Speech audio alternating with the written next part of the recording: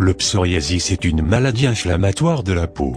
Il se caractérise généralement par l'apparition d'épaisses plaques de peau qui desquament, qui se détachent sous forme d'écailles blanches. Les plaques apparaissent à différents endroits du corps, le plus souvent sur les coudes, les genoux et le cuir chevelu. Elles laissent des zones de peau rouge. Cette maladie chronique évolue par cycle, avec des périodes de rémission. Elle n'est pas contagieuse et peut être bien maîtrisée par les traitements. Le psoriasis peut être très douloureux lorsqu'il se manifeste sur la paume des mains, la plante du pied. L'étendue de la maladie varie considérablement d'une personne à l'autre. Selon l'endroit où les plaques sont situées, et leur étendue, le psoriasis peut être gênant et nuire à la vie sociale.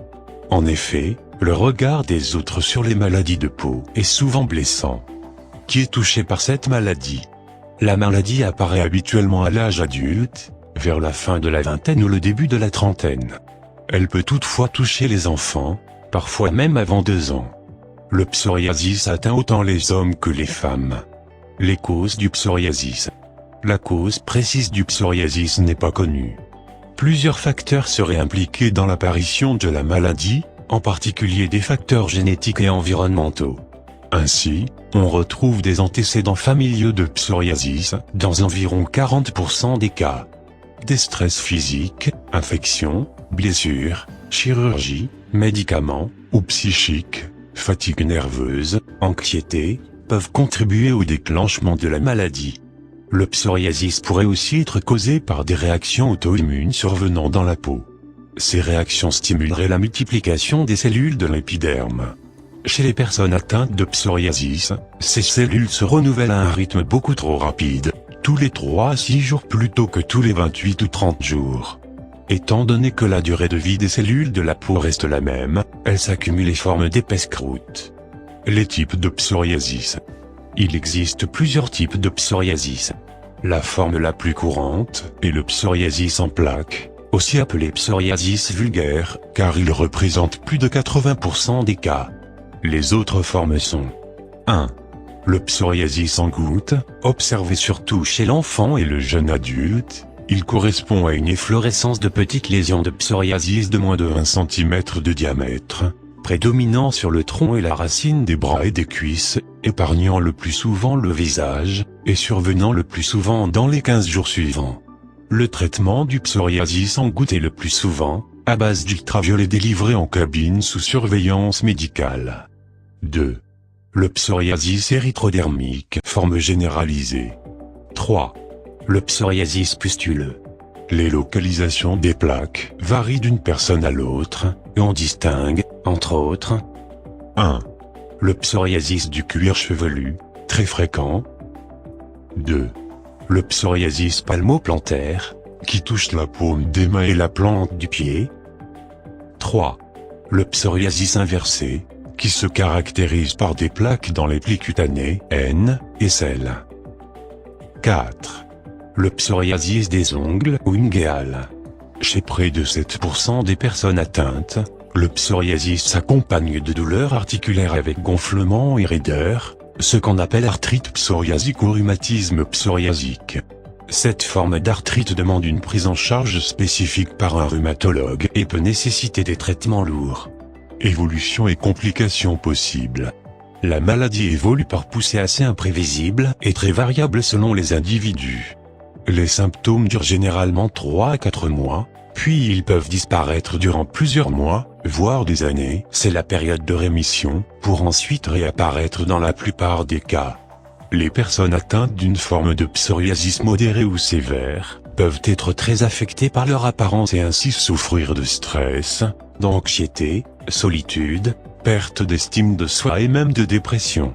Il semble que les personnes atteintes de psoriasis souffrent davantage de troubles cardiovasculaires, de syndrome métabolique et d'obésité, pour des raisons qu'on ignore encore. 5. Psoriasis en plaques ou vulgaire. Plaques rouges bien délimitées, rondes ou ovales, recouvertes d'épaisses croûtes de peau blanche qui desquament. Localisées généralement sur les coudes, les genoux, le cuir chevelu et les fesses. Ces plaques peuvent provoquer de l'inconfort, de la douleur et des démangeaisons parfois intenses. 6. Psoriasis des ongles.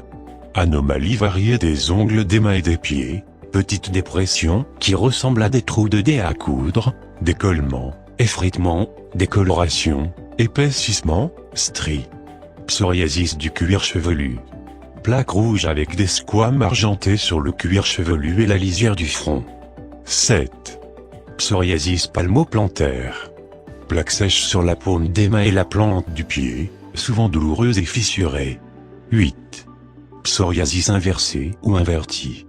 Plaques rouges qui apparaissent dans les plis, aux aisselles, aux aines, près des organes génitaux, dans les plis des fesses, sans squame, et parfois douloureuses puisqu'exposées au frottement. 9. Psoriasis pustuleux. Plaques recouvertes de petites pustules blanches, surtout sur les mains et la plante du pied, pustulose palmoplantaire. Cette forme peut aussi toucher le bout des doigts. 10. Psoriasis érythrodermique. Presque toute la peau est rouge et enflammée, sans plaques précises. Il y a souvent de la fièvre et des frissons. Il s'agit d'une forme grave, qui nécessite un traitement en urgence. 11. Psoriasis en gouttes. Forme rare qui touche surtout les enfants et les adolescents et survient après une infection au streptocoque, angine ou pharyngite, le plus souvent. Les plaques sont petites, moins de 1 cm, en forme de larmes, et sont souvent présentes sur le tronc, les bras et les jambes.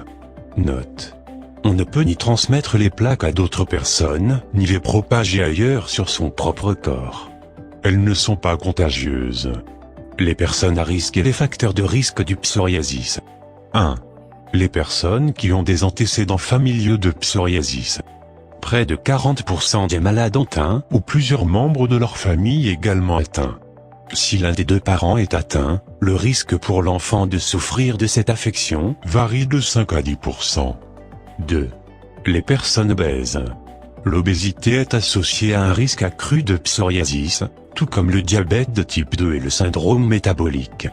3. Les personnes infectées par le VIH. Les facteurs de risque. Plusieurs facteurs peuvent déclencher l'apparition de plaques chez les personnes déjà atteintes de psoriasis. Une réaction à un médicament, dont le lithium prescrit pour traiter les troubles bipolaires, les bêta-bloquants contre l'hypertension et les médicaments contre la malaria. Un niveau élevé de stress. Une éraflure, une coupure ou une piqûre d'insecte. Un coup de soleil. Les climats froids et secs. Une exposition à des substances chimiques. La consommation d'alcool. Le tabagisme, il aggrave les symptômes et serait un facteur de risque de cette maladie.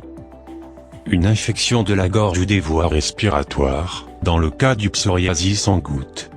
Les mesures préventives pour diminuer la fréquence et l'intensité des éruptions. On ne connaît pas de moyen de prévenir le psoriasis. Il est toutefois possible de diminuer la fréquence et l'intensité des poussées. En plus du suivi minutieux du traitement prescrit, il est possible d'observer ce qui déclenche l'apparition des symptômes. Cette démarche demande temps et patience. Voici quelques conseils généraux. Durant une longue exposition au soleil, il est conseillé de s'enduire d'un écran solaire efficace, FPS 15 au minimum. La consommation d'alcool doit être grandement diminuée, voire totalement éliminée. Ne pas fumer.